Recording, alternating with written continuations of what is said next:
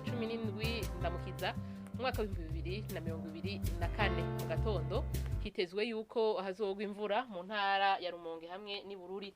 Ikirere kirimo ibicu vyinshi kaba kitezwe Igitega hamwe ni Muramvya, ahasigaye hakazokwaka izuba ririmo n'ibicu bike bike.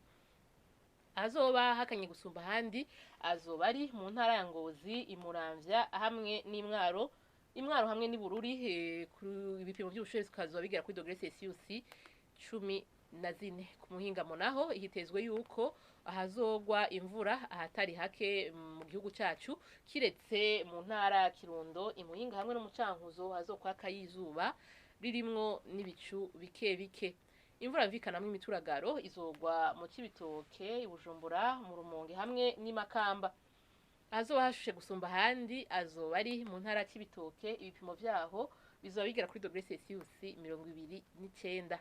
Ejo mu gatondo rero hitezwe yuko izuba rizoseruka igihe cy'isaha 12:02 rirenge igihe cy'isaha 12:01 z'umugoroba. Nuko rero ni hana makuru ategekanya ikirere cyo kuri uyu wa gatatu ntihagarukiye. Mwakoze mwese kuyakurikira naho gutaha.